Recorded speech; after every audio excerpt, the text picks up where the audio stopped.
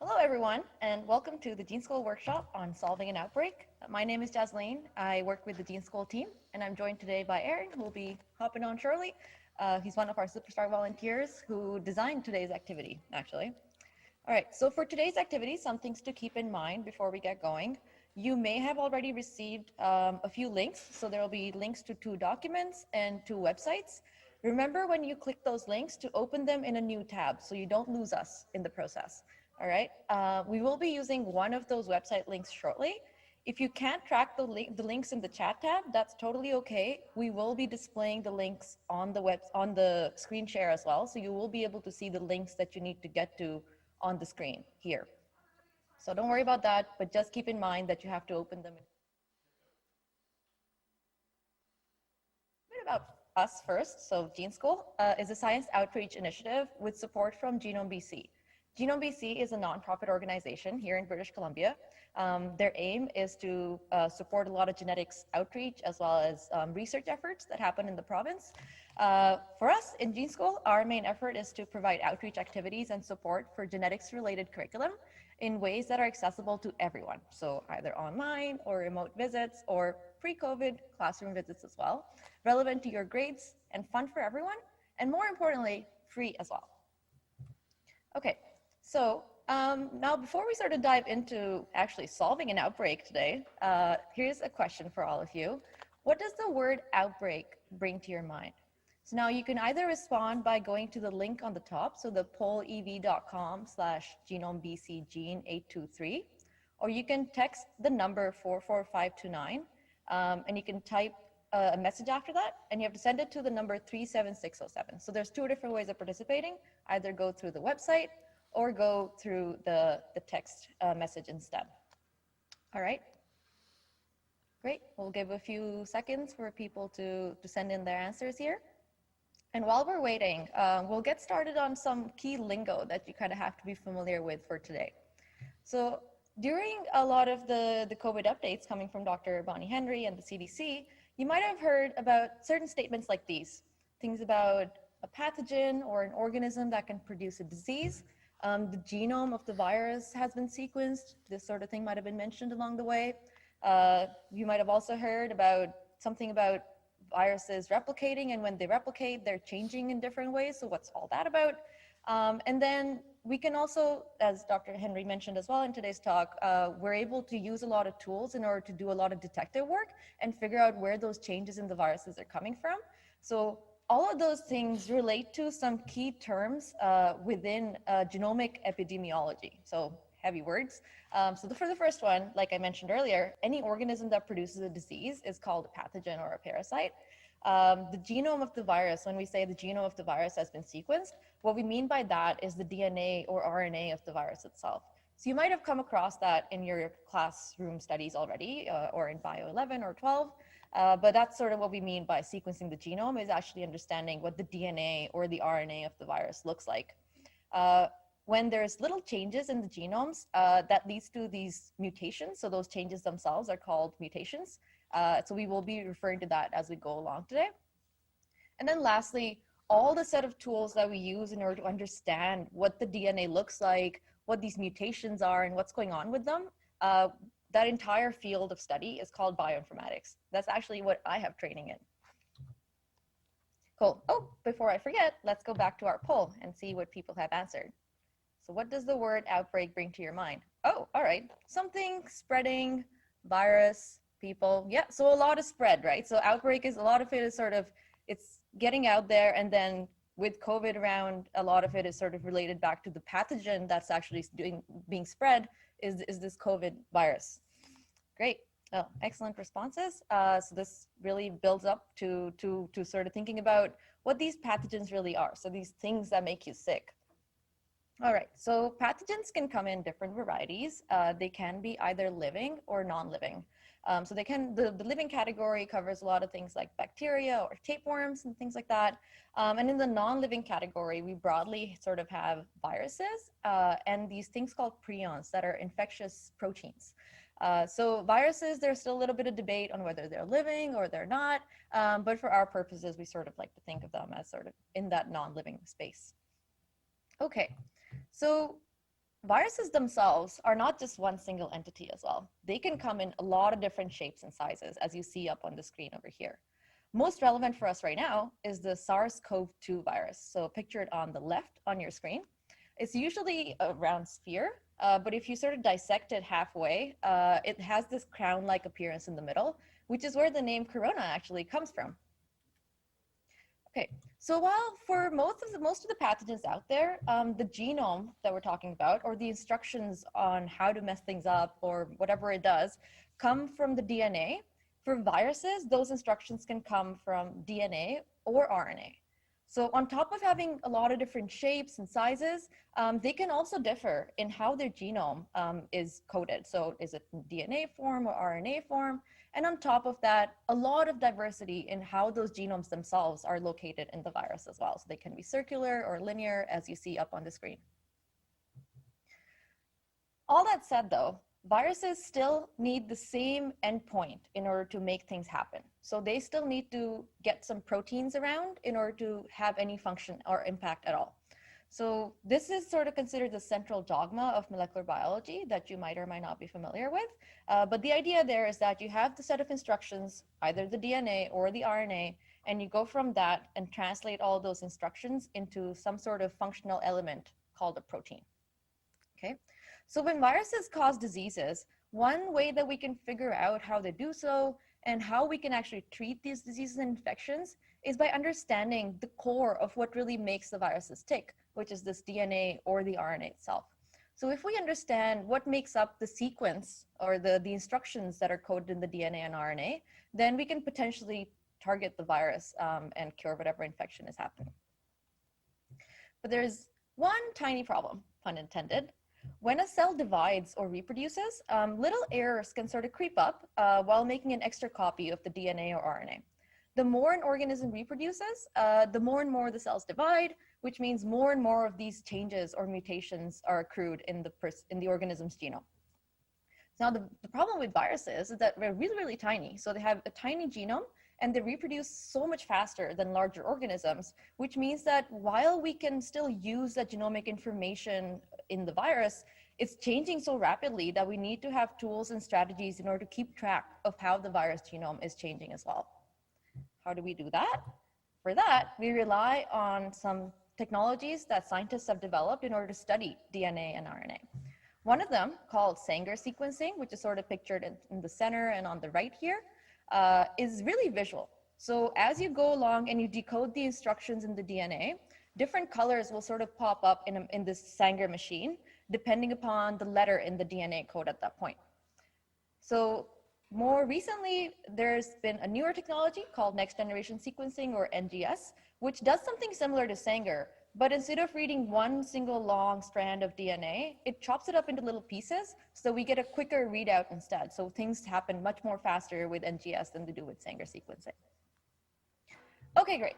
So now we can get the sequence readout from the virus genome, so we can actually understand all the changes that are happening as it divides and mutates. But how do we go about then processing it? Because that's a lot of information. So for that, we turn to bioinformatics. The simple idea here is that as it changes, we can track how the sequences differ between different virus samples. So we can compare these different sequences using the help of computers, and we can say, okay, this is where all these sequences are really similar, this is where they're different from each other, and we might find in the process that some sequences are more similar to each other than to other ones instead. This entire process of figuring out shared and different parts of the sequence is called alignment, and it's an important first step in the bioinformatics analysis. Okay, but then still reading all those sequences, aligned or not, is really, really difficult. So then we rely upon distance trees, which are something like a family tree, in order to understand what we're looking at. So these distance trees are usually read from the left to the right. So you start at the very corner over here, and you move on towards where I have these numbers written, A, B, C, D, and E, which represent different organisms or different species of interest that we want to study.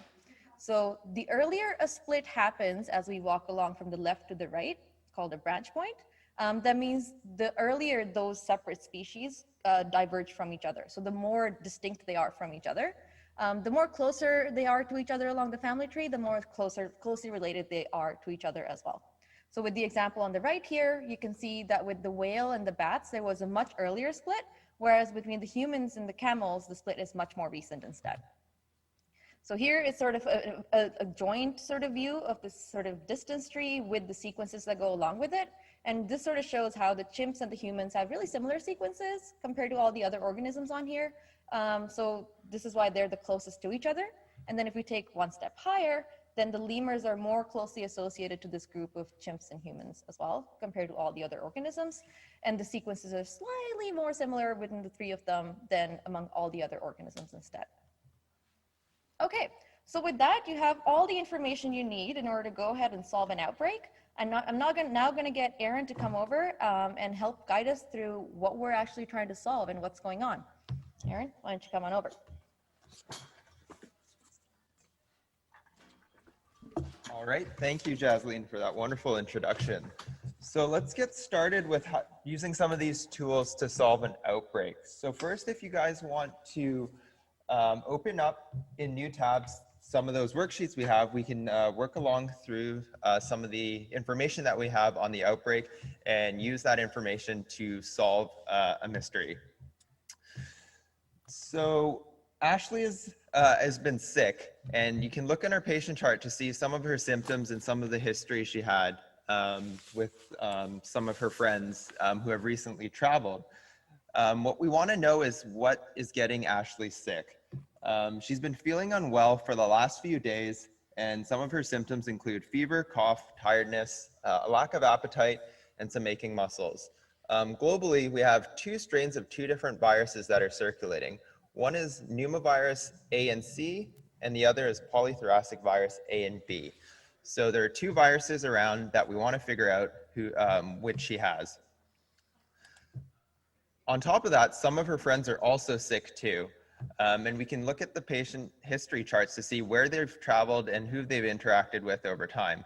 And you can see that among her friends, there's been little groups of illness happening between all of them. So Fiona and Shelley just came back from Vancouver Island and have been getting sick. Alexis just came back from a trip in Los Angeles and has been not feeling too well. And Clark and Kelly came back from a trip to Australia and were sick for a bit and have been getting better since. However, Shannon, who's got no history of travel, has also gotten sick. And you can see that Shannon and Ashley have actually interacted in the past few days. So Ashley wants to know what virus she might have been exposed to and possibly where it could come from. So if we follow along again in the worksheet, we can take a look at some of the sequences that of the viruses that they found in her friends. So if you look at the worksheet that has the sequences on it, which is the genes worksheet, take a look at them and see if you can tell off the top which ones are similar. How do you think she was exposed to the virus? And is there one friend that really sticks out? And it's going to be really hard to. There's a lot of letters going on there, and it's hard to tell just off the top. So let's use some of these tools to help us figure out. So first off, you want to go to this website that has also been provided in the chat link, and you should see something. Oops, that is step 2. Oops, go back a page. So you should go to this website that we have posted here, and you should see this sort of box pop up. And in step 1, make sure you choose the DNA option. Then what you're going to do is on the page with all the sequences, you're going to copy and paste all 11 of them from the yellow to the yellow, including the yellow portions, into this copy box. And then you're going to look at step 2, make sure that the output format is in Clustal, and then you're going to click submit. And there should be a couple minutes, 1 or 2 minutes for this to happen. So in the meantime, take a look at some of the questions in the worksheet and answer some of the poll questions that we have. So who do you think has exposed Ashley to the virus? And you guys can poll through the same way that we did in the first question, and we can try to figure out what our hypotheses are for who exposed Ashley to the virus and where it possibly could have come from. Just a reminder, in that step 1, make sure we're choosing DNA in that box, because those are the sequences that we are working with.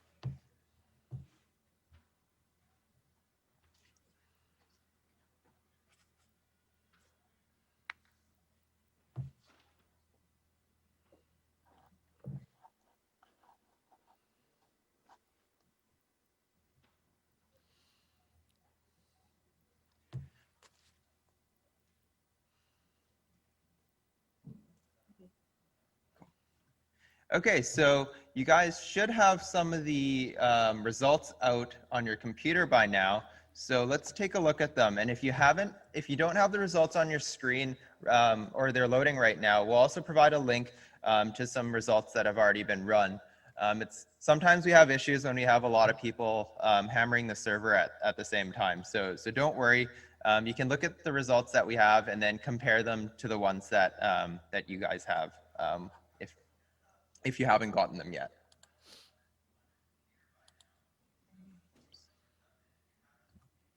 There we go.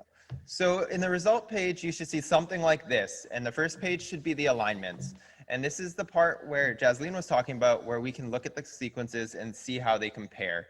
From here, you should be able to see that there are some similarities visually, and you can make some guesses as to who has gotten sick with the same virus, but it's not so obvious what the virus is and who passed it, who exposed who to who. So what we can do then is to look at those relationships. So if you click the phylogenetic tree tab, you should see something like this. And this should have a tree diagram plus some answers or some labels on the side. And we can actually figure out through the relationships who exposed who.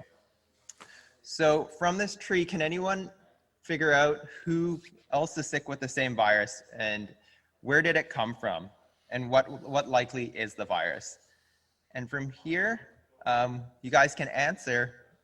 Also, a question that you can find in the, you can answer through the tree, is whether or not the virus changed or mutated before Ashley and others were exposed. So I'll give you a couple seconds for this one. And then we can kind of work through the tree diagram. Sweet. So a majority of you guys are saying that, yes, it did mutate. And we can figure that out in the tree pretty visually.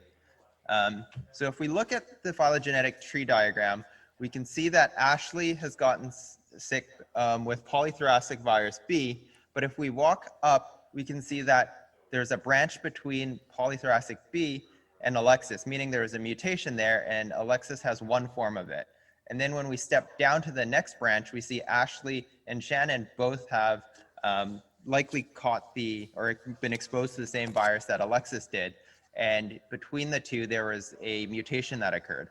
What we can also tell is that polythoracic virus A and B are actually very different from pneumovirus. So using this information, we can tell a lot of differences between, we can get a lot of information on how the viruses are similar and different, and use these to track how an outbreak is happening.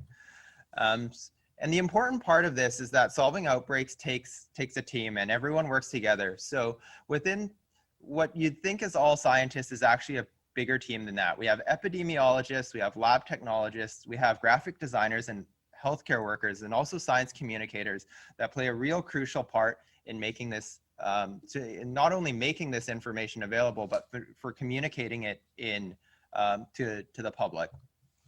And finally, I want to end off with this video from Dr. Henry's previous briefings on June 4th that shows this sort of epidemiology in action. So what you see here with all these lovely colorful dots is about 700 to 800 of the viruses that have been isolated from swabs taken from people And the genome of the virus, so the RNA, the genetic material of the virus, has been sequenced to help us understand where it's closely related to. And what happens is viruses, when they replicate, they change slightly. This is not a very fast changing virus, so we can tell where it's come from by how many changes there are in the genetic pattern.